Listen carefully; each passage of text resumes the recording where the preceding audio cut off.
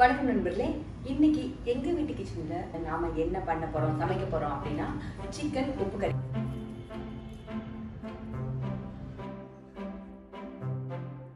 இது வந்து நம்ம குக்கர்ல எல்லாம் போட்டு பண்ண மாட்டோம், அப்படியே கடாயிலேயே வேக வச்சு தான் பண்ணுவோம். அப்படின்றதுனால மட்டன் அப்படி வேக வைக்கிறதுக்கு ரொம்ப நேரம் ஆகும். ஆனா சிக்கன் பிளட் டக்குன்னு ஆயிடும்.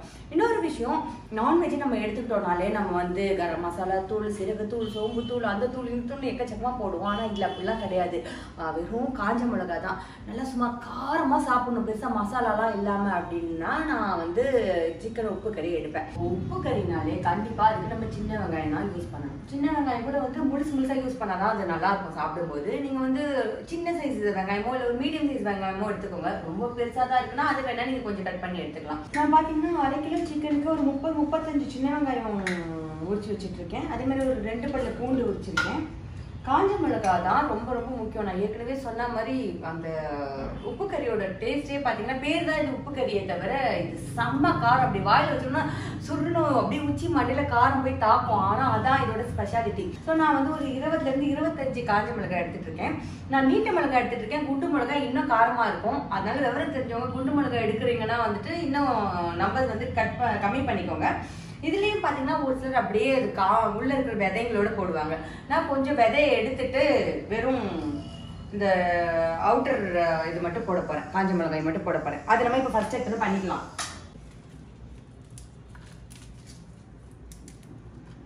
இப்போ வந்து இந்த காஞ்ச மிளகாயை இப்படி 2ஆ இது பண்ணிட்டு அதுல இருக்க விதையை இப்படி எடுத்து விட்டுருங்க. அவ்வளவுதான்.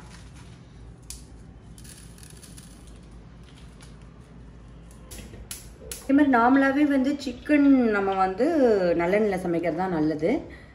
உப்பு கறி கண்டிப்பாக நல்லெண்ணெய் தான். உங்கள் எல்லாருக்குமே தெரிஞ்சிருக்கும், உப்பு கறி வந்து ஒரு செட்டிநாட்டு டிஷ் அப்படின்றதுனால அங்கே எண்ணெய் யூஸ் பண்ணுவாங்க, நல்லெண்ணெய், இந்த மாதிரியான பூண்டு நிறைய யூஸ் பண்ணுவாங்க, சின்ன வெங்காயம். அதனால தான் இது அப்படி இருக்குது. ஸோ இது ஒரு செட்டிநாட்டு டிஷ் அப்படின்றதுனால அதோட மரியாதைக்காக நம்ம கண்டிப்பாக வந்து நல்லெண்ணெய் யூஸ் பண்ணிப்போம். இப்போது இதில் அடுத்ததாக நம்ம பூண்டு,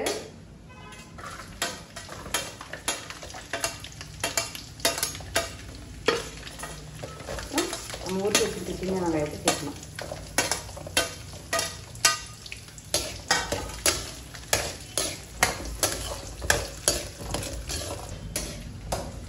இப்போ நார்மலா பாத்தீங்கன்னா ஒரு சிலர் கடுகெல்லாம் போடுவாங்க. ஆனா உப்பு கறியில வந்து சோம்பும் சீரகமும் தான் போடணும். அதுலேயும் சீரகம் கொஞ்சம் நிறையவே போடுவாங்க. நானும் பார்த்தீங்கன்னா வந்து 1/2 ஸ்பூன் சோம்பு எடுத்துட்டு இருக்கேன். சீரகம் வந்து ஒரு 1.5 ஸ்பூன் எடுத்துட்டேன்.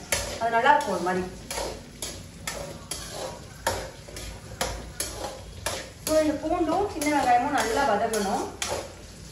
இது கூடவே சேர்ந்து நம்ம காஞ்ச மிளகாவும் வதங்கணும். ஸோ நம்ம வந்து விதை எடுத்து வச்சிருக்க அந்த 20-25 காஞ்ச மிளகாவை இப்போ வீட்டில் தள்ளி விட்டுக்கலாம்.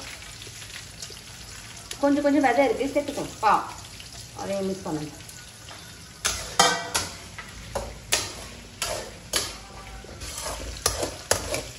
நல்லா 2 கை கருவேப்பிலை எடுத்து வச்சிருக்கேன். நிறையவே எடுத்து வச்சிருக்கேன்னு வச்சுக்கோங்களேன். அதில் கொஞ்சத்தை இப்போ போட்டுக்கோங்க. ஒரு சிலர் கருவேப்பிலை போடுவாங்க, ஒரு சிலர் போட மாட்டாங்க. அந்த போடுவாங்க லிஸ்ட்ல நான் இருக்கேன். நான் கண்டிப்பா கருவேப்பிலை போடுவேன். இதுக்கு வந்து ஒரு 1 ஸ்பூன் நான் இஞ்சி பூண்டு பேஸ்ட் எடுத்து வச்சிருக்கேன். இப்போ நம்ம இஞ்சி பூண்டு பேஸ்ட் போட்டு வதக்கிடுச்சா? இங்க பாத்தீங்களா சூப்பரா இருக்கா?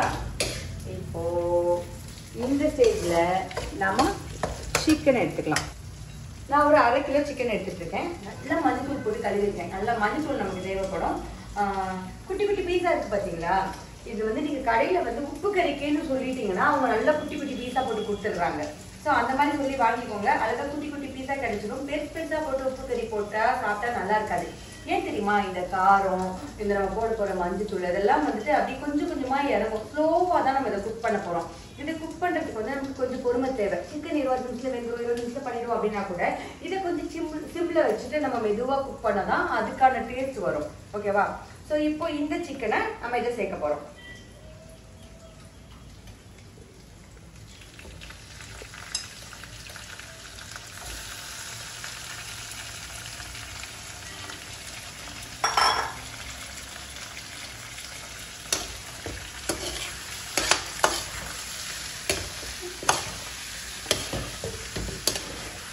சேர்த்துட்டு நாம இன்னும் கொஞ்சம் மஞ்சள் தூள் சேர்க்கலாம்.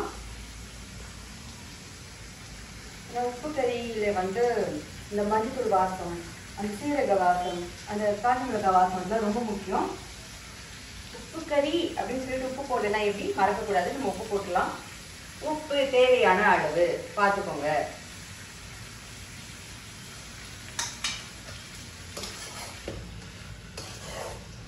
இப்போ நம்ம சிக்கனை போட்டு வதக்க வதக்க சிக்கன் தண்ணி விடும், அது உங்களுக்கே நல்லா தெரியும். என்ன முக்கியமான விஷயம்னா இதில் வந்து இந்த சிக்கனில் வர தண்ணியிலேயே நம்ம இதை குக் பண்ணணும். அதனால தான் நான் சிம்மில் வச்சு குக் பண்ணுங்க அப்படின்னு சொன்னேன். இப்போ பாருங்களேன், இப்போ சிக்கன் தண்ணி விட ஆரம்பிச்சிருச்சு. ஸோ இந்த ஸ்டேஜில் நம்ம வந்து நல்லா கிளறி இதை மூடி சிம்மில் வச்சு வேக விடணும். அவ்வளோதான். பார்த்தீங்கன்னா நான் அடிக்கடி கிளறி கிளறி விட்டுருக்கேன். ஆனால் பாருங்கள் தண்ணி சுத்தமாக வச்சிருச்சு. இந்த காஞ்ச மிளகாய் அப்படியே டெண்டராகிடுச்சு பாருங்கள், சூப்பராக இருக்குது.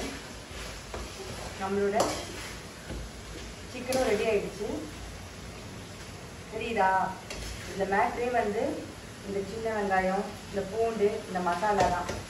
நீங்களும் இது மாதிரி ஒரு 20 மினிட்ஸ் ஒரு ½ அன் ஹவர் நல்லா வேக வச்சுக்கோங்க சிம்மில். எப்பயும் மசாலா அது இதுன்னு தானே சமைக்கிறோம்.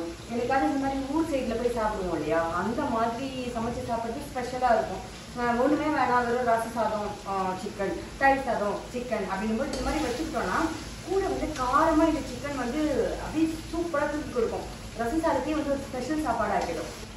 அவ்வளோதான். இப்போ நம்ம ஸ்டவ்வை ஆஃப் பண்ணிட்டு சர்வ் பண்ண வேண்டியதான். பார்த்தீங்களா நம்ம எவ்வளோ சின்ன வெங்காயம் போட்டோம், முழுசாக எதுவுமே கண்ணுக்கு தெரியாத அளவுக்கு அப்படி குழஞ்சிச்சு பாருங்க. அதுதான் இந்த டிஷ்ஷோட ஸ்பெஷாலிட்டியே.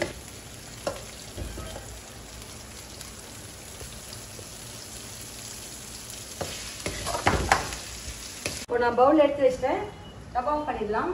பாதி சட்டிலே விட்டுட்டேன்னு நீங்கள் ஒன்றும் வருத்தப்படாதீங்க, அதுக்கு ஒரு காரணம் இருக்குது. இப்படி சாப்பாடு எடுத்து இந்த சட்டிலேயே போட்டு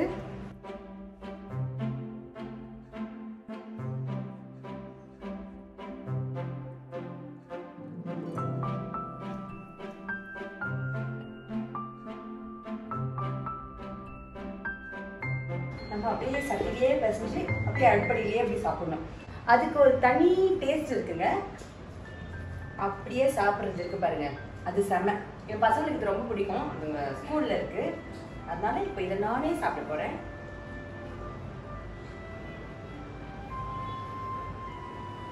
வா, காரம் நிஜமாகங்க குச்சி மண்டைக்கு ஏறுது. எனக்கு இது காரம்னாலும் எங்கள் வீட்டுக்காரங்க சாப்பிட்டு வாவ் சூப்பர் அப்படின்னு வரும். ஆக்சுவலி உங்கள் வீட்டில் இருக்கிறவங்களுக்கு நீங்கள் எவ்வளோ காரம் போட்டால் அவங்க வாவ் சூப்பர் சொல்லுவாங்களோ அவ்வளோ காரம் போடுங்க. காஞ்ச மிளகாய் குறைச்சில் அவ்வளோ கூட்டில் அவ்வளோ போட்டுக்கோங்க.